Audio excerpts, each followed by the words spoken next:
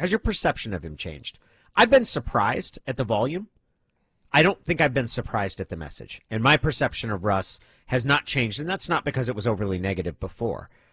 I think that this is pretty consistent in Russ's almost maniacal focus on winning and his belief that he not only is capable, but absolutely is driven to win at a level that's been higher of what they've achieved in Seattle the past 6 years. I think it's a reflection of what makes him great. He doesn't settle. And as we've continued the discussion this morning, that is something that I will force myself to take into account when I am rolling my eyes at these comments that he makes. For me, the perception has changed in that I used to think all these people that had criticism for him, that had played with him, were out of their minds because I watched him play and I just said, this is one of the best quarterbacks that I can remember watching, most enjoyable quarterbacks that I can remember watching with his ability to escape. Yes, he frustrates you from time to time with the sacks that he takes, but he doesn't turn the football over a whole lot. But now all of a sudden I am seeing things through their lenses, through the eyes that maybe like Richard Sherman and Doug Baldwin that aren't the biggest fans of Russ the person. And it has changed things a little bit on that front, but I guess I'm more looking at the person than I am at the actual quarterback. And ultimately, how much does that really matter? It's weird that we expect quarterbacks and acknowledge that quarterbacks are the most important people in a team, yet we don't like it when the quarterback acknowledges what we all recognize. The quarterback is the most important person in the team, but we kind of don't like it when the quarterback acts like the most important person on the team. Put your name on it, though. You know, if you put your name on it... His name's on it. You've said his name's on it. I don't think it's we that all know, firmly on it, though. No, man. We know where this is coming from. And he's said he's frustrated at getting hit too much.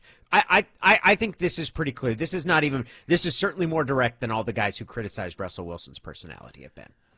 Yeah, I would agree with you there. I mean, it has been a unique blend of passive aggressiveness that we're talking about that has led to this entire, way that we perceive him and others. And I don't think this is passive aggressive. I really don't. I think that this is more direct than most professional athletes that will get about it. I think he is. I think what we don't like, I think what rubs people the wrong way. What's the word legacy that you brought up? Like, he's talking about his legacy. We don't like athletes that talk about their legacy in general. We acknowledge that they're the most important. We don't like it when they say they're the most important. I think for football it's a little different. No, it's more of a team game than basketball is. And you hear basketball players talk about their legacy from time to time too. I guess the comparison I'm making, I'm not a fan of LeBron at all. I've always rooted against him. And it's been largely due to the fact that he played on teams that were playing against my favorite teams growing up. But I do feel like LeBron signs whatever demands he wants. And I just feel like Russ is still doing this dance of trying to make everyone like him while he is making these asks. Don't you get that vibe too?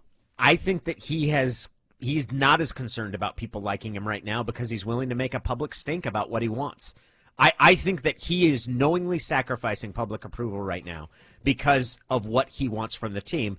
And I think that people that are rubbed the wrong way or feel that that's the wrong way to go about things, it's because they acknowledge that the quarterback is the most important person on the team, but they don't want their quarterback to act that way, which I think is a little silly. Oh, the way that you frame it sounds so hypocritical. It's totally true, though. I mean, it is, and I'm as guilty of it as anyone. When Peyton Manning, after he gets sacked a bunch by the Pittsburgh Steelers defense in the 2005 playoffs, says, we obviously had some problems with protection, he gets killed for it. We don't like the quarterback that acknowledges those things. We want him to be the show up and make the donuts and do his job guy, but we all know how important that position is. I guess I'm guilty of the Tom Brady comparison and holding people up to that Tom Brady standard.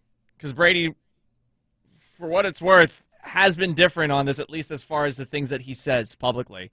And you've heard frustrations come out, but I mean, even when the frustrations came out, I think people were maybe skeptical of the frustrations, especially in the New England area. So maybe that's also something that's just changing too, period, as far as the way that we look and hear from quarterbacks. Yeah, very, very much true. We could be seeing a new generation of guys that exercise power over the direction of their career.